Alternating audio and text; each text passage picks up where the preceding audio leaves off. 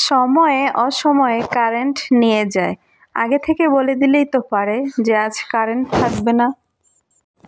আসসালামু আলাইকুম, this is মুক্তি, সামিরা কিচেন ব্লগ থেকে সবাইকে স্বাগত।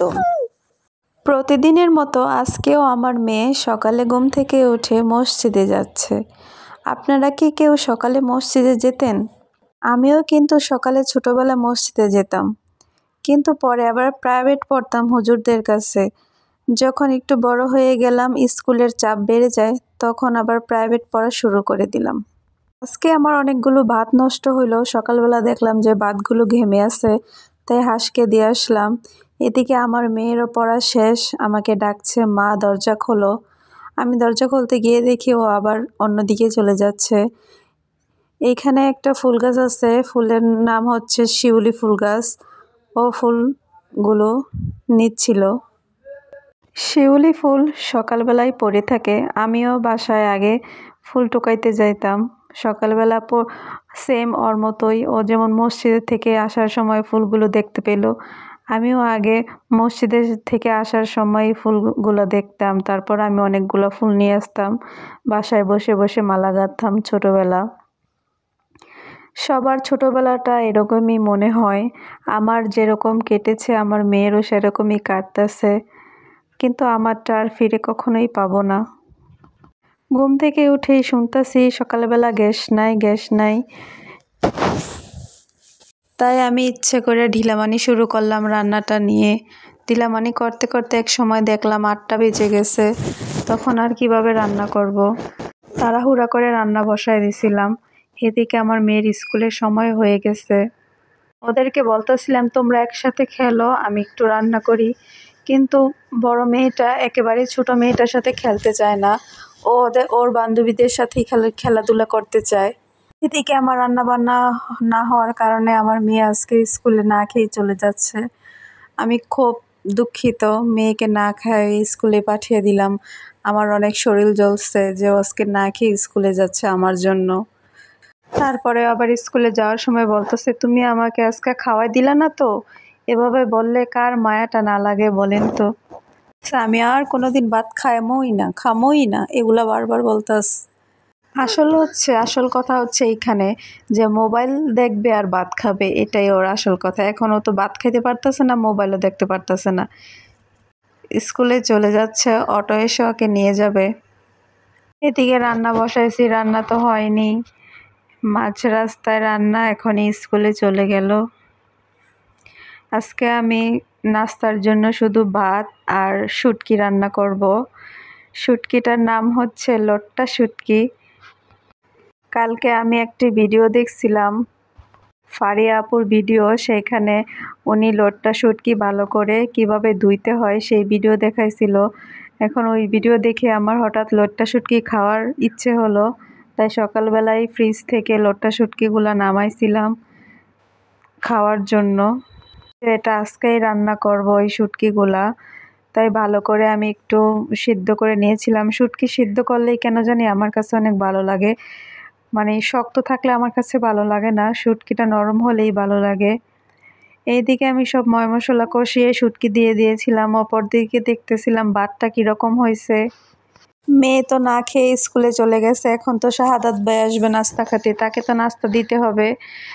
যাই হোক, তিনি আসলে আমি তাকে বসিয়ে রাখবো, তাও তাকে নাস্তা খাইয়েই দিব।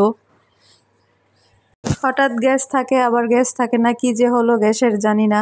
আবার মাঝে মাঝে কারেন্টও চলে যায়, এই ভয়ে ভয়ে থাকতে হয়। সকালে যখন ঘুম থেকে উঠেছি তখন শুনেছি গ্যাস নাই, তার একটু পরে গ্যাস এসেছে। গ্যাস যদি এরকম করে আনে তাহলে আমরা কিভাবে সকালবেলা রান্নাটা করব। সারাদিন যাই হোক না কেন সকালবেলা তো সবাইকে আগে নাস্তাটা দিতে হয়। আমি যেভাবেই হোক রান্নাটা শেষ করলাম, শুটকি আর ভাত। এখন আমার মেয়েকে এতটুকু সময়ের মধ্যে আমি কখন খিচুড়ি রান্না করব, তাই ওকে সকালে খিচুড়ি রান্না না করে আমি সুজি করে দিলাম। এখন আবার চুলায় বসাইতে না বসাইতে কারেন্ট চলে গেছে, কি দুঃখের ব্যাপার কি বলবো। এক সময় কারেন্ট থাকে না, আরেক সময় গ্যাস থাকে না। এতক্ষণ গ্যাস ছিল না, এখন আবার কারেন্ট নাই, কি একটা অবস্থা। খুবই অল্প আগুনে আমি আজকে সুজিটা জাল করব। কারণ কারেন্ট চলে গেলে গ্যাস থাকে না, কারণ আমরা কম্প্রেসারের সাহায্যে মেশিন চালাই, গ্যাসের চুলা চালাই। আমাদের বাসায় আইপিএস আছে, কিন্তু গ্যাসের লাইনে দেওয়া হয় নাই, কম্প্রেসারের লাইন দেওয়া হয় নাই, তাই আমাদের কম্প্রেসারটা চলে না কারেন্ট ছাড়া। এদিকে আমার হাজব্যান্ড দোকানে চলে যাবে। এটা আমার শ্বশুরের আরেকটা বাড়ি। এই বাড়িতে তিনি বাইক রাখে। তার মেয়ে তার সাথে ওই বাড়িতে যায়, তারপর উনি চলে যায়, ওনাকে টাটা করে দেয়। এই ঘরটা হচ্ছে আমার হাজব্যান্ডের গ্যারেজ। এইখানে গাড়ি রাখে, অনেক অটো ভাড়া দেয়, অটো চার্জ দেয়, অটো রাখে।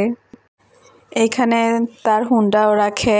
আবার শাহাদাত ভাই রাতে ঘুমায়, তা শাহাদাত ভাইয়ের বাড়ি, উনি রাতে এখানে থাকে। আমার ছোট মেয়েটা তার বাবার অনেক পাগল। তিনি বাবা বলতে অন্ধ, বাবাকে ছাড়া কিছুই বোঝে না। কিন্তু ওর বাবা ওকে কোলে নিতে টাইম পায় না, সারাদিন দোকানে থাকে, রাতে বাইরে থাকে, বেশিক্ষণ কোলে নিতে পারে না। উনি চলে গেছে, আমরাও বাসায় ফিরে আমার সুজিটা জাল করা হয়ে গেছে। এই কম হিটেই সুজিটা জাল করেছি, বেশি ভালো হয় নাই। এটাকে এখন ফ্যান ছেড়ে ঠান্ডা করতে দিছিলাম। সকাল 10টা বেজে গেছে। আমি আমার ছোট মেয়েকেও খাওয়াইতে পারতাছি না, কি এক অবস্থা।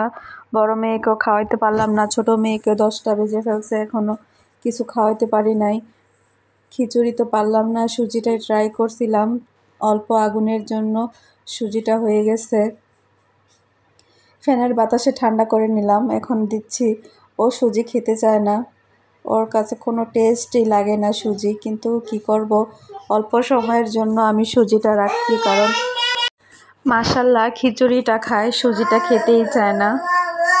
কিন্তু সুজি তো ইজি, খিচুড়ি তো অনেক টাইম লাগে, তাই খিচুড়িটা করতে পারি নাই। আমি কিন্তু এটা কিনা সুজি দেই নাই, আমি এখানে সুজি হাতে ভাঙিয়ে নিয়েছিলাম। আমি এখানে পোলার চাল, সিদ্ধ চাল, সাবুদানা এই 3টা অ্যাড করে তারপর ব্লেন্ডার করে একসাথে গুঁড়া করে নিয়েছি আমার মেয়েকে। এটাই মাঝে মাঝে আমার কম সময় হাতে থাকলে এটা আমি সুজি করে দিই ওকে। ও এটা পছন্দ করে না, কিন্তু মাঝে মাঝে আমার সময় না থাকলে আমি এটাই করি। এদিকে দেখতে পাচ্ছেন গাছ কাটতেছে। কারেন্ট যাওয়ার মেন উদ্দেশ্য এটা, কারেন্ট নিয়ে গেছে এই গাছ কাটার জন্য। গাছ কাটবে তো আগে থেকে বলে রাখবে না যে আজকে কারেন্ট থাকবে না? এটা কেমন অভ্যাস? মানুষের কত কাজকর্ম থাকতে পারে, তারা না বলেই কারেন্টটা নিয়ে চলে গেছে। তারা কতক্ষণ এই গ্রামের গাছগুলো কাটবে, কখন দিবে কারেন্ট কে জানে। এদিকে আমার শ্বশুরের সব গাছগুলা কেটে ফেলতেছে, তাই আমার শ্বশুর আসছে যে এত গাছ কেন কাটতাছস, এই গাছ কবে বড় হবে, কবে ফল দেবে, এগুলা বলতেছে। 6 মাস পর পরই গাছ কাটতে আসে, গাছের ঠাল। আমি আবার কিছুদিন আগেই দেখছিলাম, বেশি না 6-7 মাস হবে, আগে এটা কেটে দিয়ে গেছিলো। 6 মাসে গাছ এত বড় হয়ে গেছে, এত বড় বড় ডালগুলা ওনারা কেটে দিচ্ছে। একটু মায়াও লাগছে না, এই গাছগুলোতে ফল হলে অনেকগুলা ফল হতো। যেমনে পারতাছে হেমনি গাছগুলা টান্না ফালতেছে। আমার শ্বশুর তো তাদের বকাঝকা করতেছে, আমাদের গাছ আর কাটিস না, আমাদের গাছ আর কাটিস না। উনি আবার কষ্ট করে এই ঠালগুলি নিয়ে আসতেছে। ওই বাড়িতেও কাটা হয়েছে, ওই বাড়িগুলো টেনে টেনে আনতে হবে, কি এক অবস্থা। কারেন্ট যাওয়ার মেন উদ্দেশ্যই হলো এটা, গাছ কাটা। আল্লাহ হাফেজ।